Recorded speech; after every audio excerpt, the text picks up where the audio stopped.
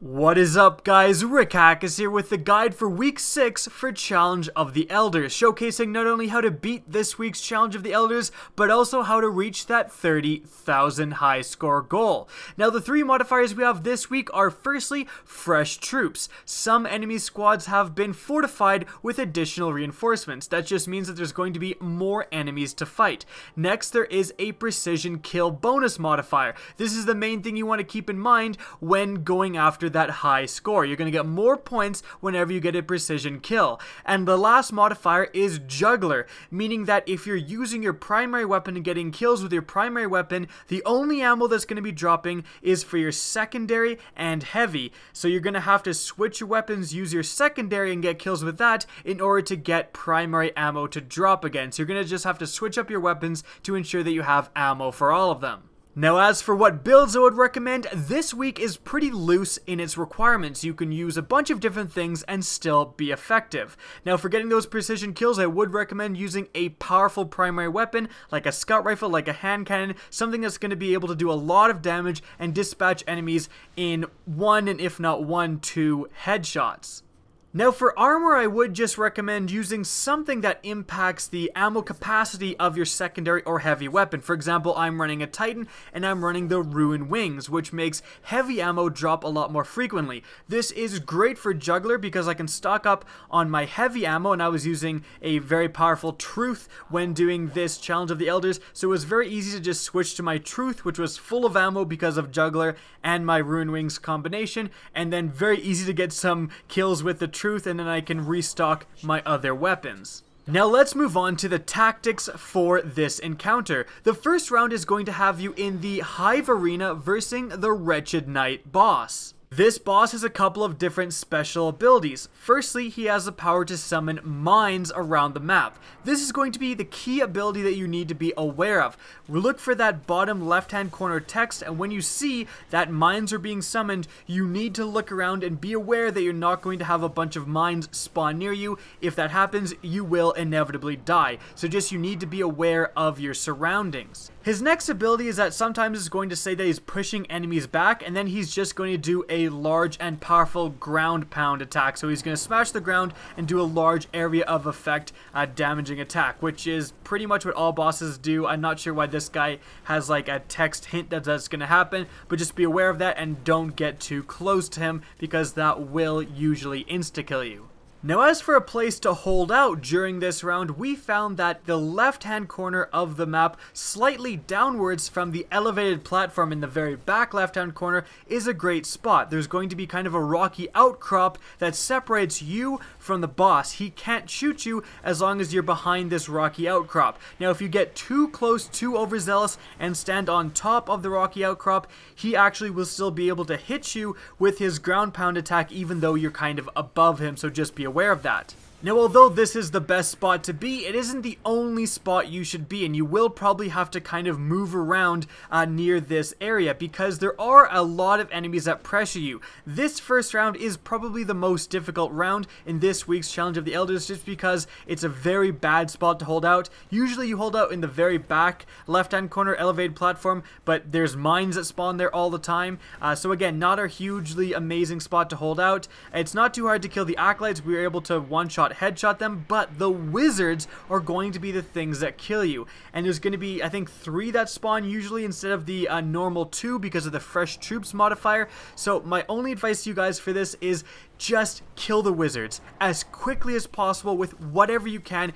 Every time a new wave of reinforcements would spawn, I would switch to my Truth and decimate all the wizards. Like, it doesn't matter, don't go for precision shots on the wizards, it just doesn't matter. Fresh troops is an interesting modifier because it does make things a little harder. There's more enemies that are shooting at you, but it also kind of makes things a little easier to get more points. There's more enemies, so more points to rack up.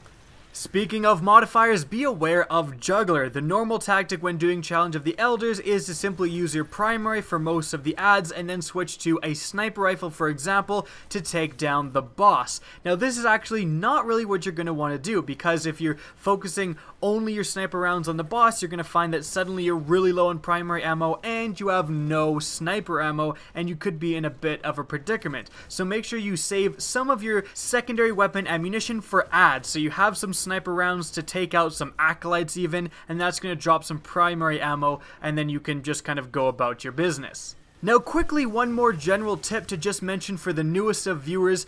The best way to rack up points when doing Challenge of the Elders is simply to kill all of the adds, and once they're all dead, once you've accumulated the points from them, then hurt the boss until you see reinforcements are spawning. When you see that, completely ignore the boss, go back to the adds, and just go back and forth with adds, damaging boss to make more adds spawn, and then again, just go back and forth doing that every single round until the end of time. Now again, all of those general tips apply to every single round in this encounter, so let's move on to specifically round 2, which is in the Fallen Arena against Keksis the Betrayed. This is actually generally an easier round. All you really need to do is head over to the back right hand corner of the map. There's going to be an elevated platform with a couple of different pieces of cover. Although you can get in trouble if you're not paying attention, Keksis cannot get up to this platform, and you have a decent amount of cover to completely avoid his attacks. From this elevated platform,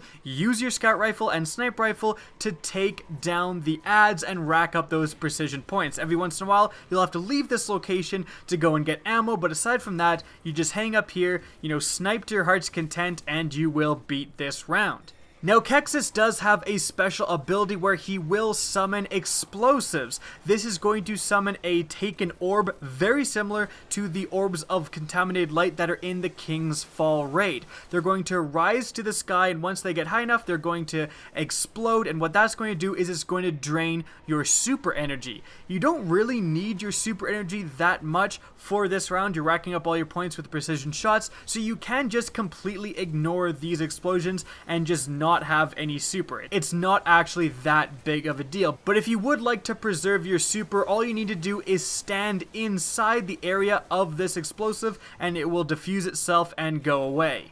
Again, very similar to the King's Fall raid. With those tips in mind, you should have no problem beating round 2. Now let's move on to round 3. Which is in the Vex arena against the Overmind Minotaur. This is another very easy round. All you need to do is once you run in, head over to the back left-hand corner of the map. That is going to be the best place to hold out. No adds spawn directly on top of you, and there's plenty of cover to avoid both the adds and the boss. And from this location, you have a great view of the map, and you can just snipe to, again, your heart's content. Now, the Overmind Minotaur, apart from simply shooting at you, he does have one special ability, and that is he will spot you. And you'll see in the bottom left-hand corner of your screen, you can see that you are spotted, and what you want to do is get behind cover. If you don't, if you're exposed for too long, he's going to place a spherical kind of shield around you, and then you're simply going to have to shoot your way out of the shield from the inside, and then it'll explode, and then you can just go about your business. The one kind of tricky thing about this spherical prison that he puts around you is that if he puts it around you while you're running or sliding sometimes, he puts it slightly behind you, and then if that happens, for whatever reason, you start to take damage because you're outside of this sphere, and you'll kind of just die because your movement while inside the sphere or outside, as long as you're targeted with it, is drastically lowered. So that can happen, just be aware of it. Try to just duck down behind cover and not move when he's using this ability. But frankly, even when he does trap someone, it's really not that big of a deal. The worst thing you have is that someone dies, and as long as you're in this left side where it's very easy to hide behind cover and there's not much pressure from the enemies, you should just be able to revive your teammate and go on your way. As long as you stick to this back left-hand corner, this round should be a breeze. Follow all those tips and you should be able to reach a high score of 30,000 no problem. And in fact, if you are going above 30,000, I just want to mention your next goal, instead of just ignoring the adds and going straight for the boss after you reach 30,000, you're probably going to want to go for 45,000. That's just going to make it so that you only have to do the Challenge of the Elders twice in order to get the 90,000 goal. Just something to remember. Now that's going to be it for this week's guide. I hope you guys enjoyed and found this helpful. If you did, please remember to help me out by simply rating or sharing this video. If you want to get in touch with me, the best way is to follow me on Twitter. That's linked in the description down below, as is my Twitch channel, which you can also follow. Again, I hope you enjoyed the video, and as always, have a good day. Now, I've heard more and more players complain that the new leveling system installed into Destiny with the April update is just too easy. I mean, most players are sitting around at the new max light level of 335 bored out of their skulls, right? Wrong. I think that the leveling system as it is right now in Destiny is the best it's ever been, and I'm campaigning for it to stay for Destiny expansions in the future and for Destiny 2.